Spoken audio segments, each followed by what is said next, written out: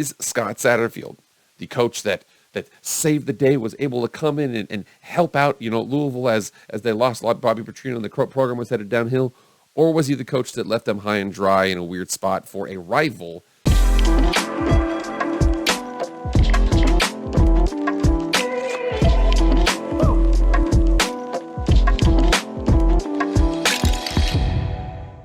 What is up, everybody? It is Jake with Master Football, back at it again. Happy Tuesday. Thank you so much for being here.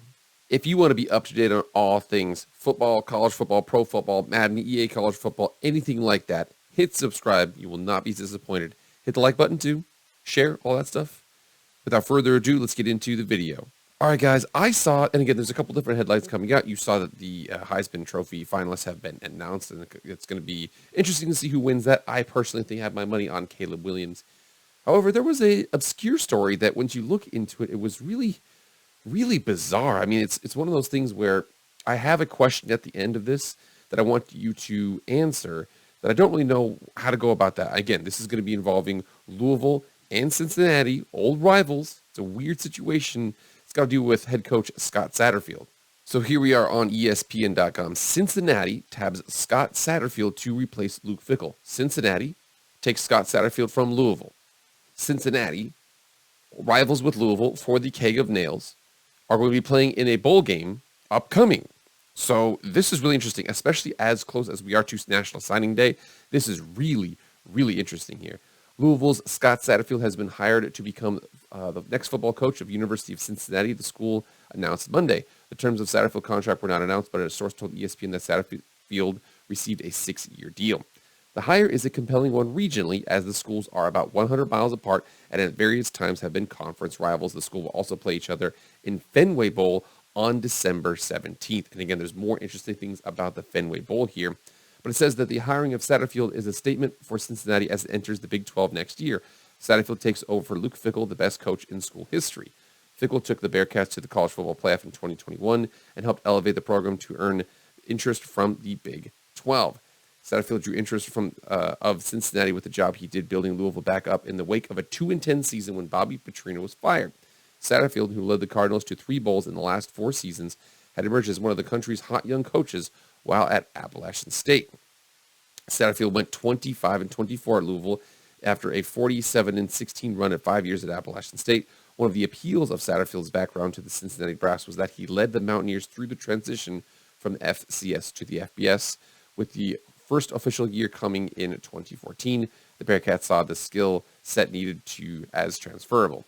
He's a calming presence, Cincinnati AD John Cunningham told ESPN. He's been through it all. He's taken a school from the FCS to the FBS, which is a really tough situation. There's a time with us going to the Big 12 that's important.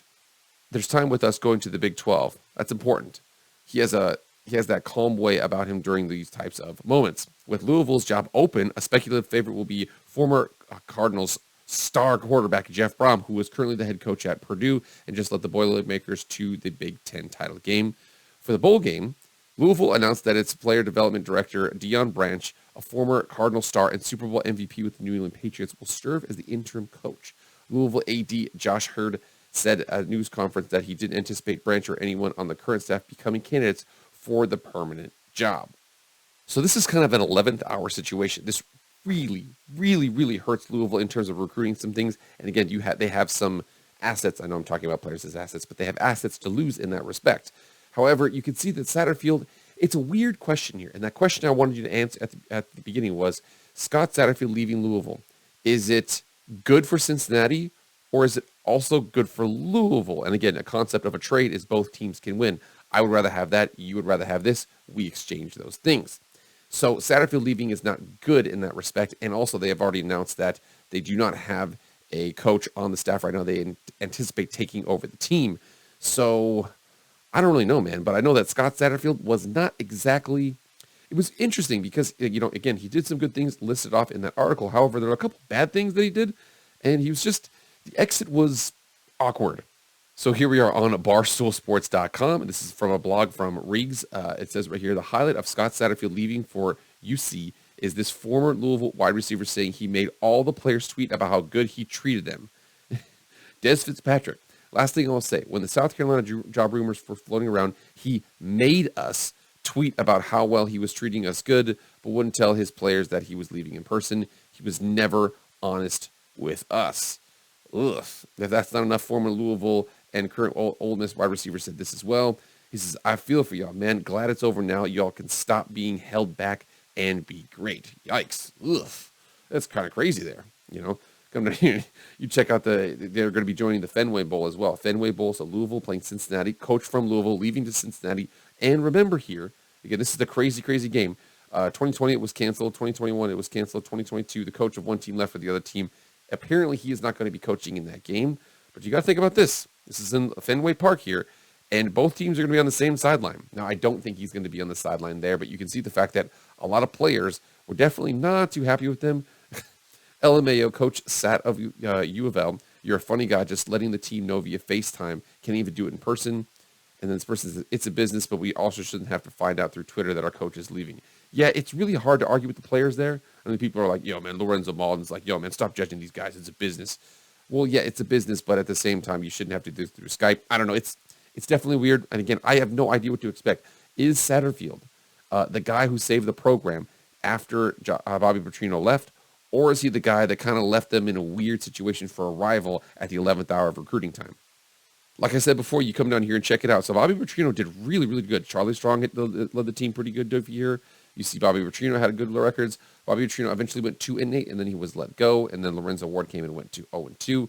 And then Scott Satterfield took over 8-5, won the Music City Bowl, 4-7, had a down year during the COVID year, 6-7. They lost the First Responder Bowl, and then they go to the Fenway Bowl. They go 7-5 this season. So, and again, what is the narrative around him? Is he the guy that took over for a team that was headed down, or is he the guy that, you know, took over after Bobby Petrino left? And in reality, the roster that went the previous years, you know, 8-5, 9-4, 8-5, is that roster just had one down year and he was able to continue that? I don't know, but history will say a mixed bag about Scott Satterfield. I do know he leaves for Cincinnati. Cincinnati is in a good spot going over to the Big 12. Again, really, really good roster over there. You know, Luke Fickell did a good job building that thing up. We'll see what they can do. But I do know that Louisville needs to scramble pretty quick here.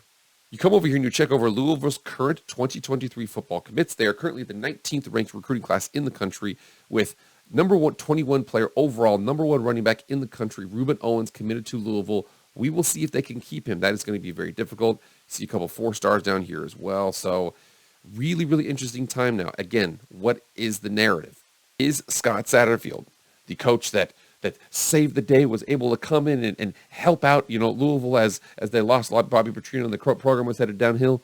Or was he the coach that left them high and dry in a weird spot for a rival going from the ACC to the Big 12? I know that most of the Big 12 fans will be like, hey, we're a better league than the ACC, Big 12. I don't know. All I know is it looks like he left for a really, really close, place to go. And again, he probably doesn't have to sell his house. That's probably one of the situation there. But man, I want you guys to get in the comments right now and answer it. Who won this? Cincinnati getting Scott Satterfield or Louisville getting rid of Scott Satterfield? Get in the comments right now and let me know. All right, guys, that's it. Thank you so much for being here. Please like, share, comment, subscribe, do all that stuff. I really appreciate it. That's it for me, guys. I am out.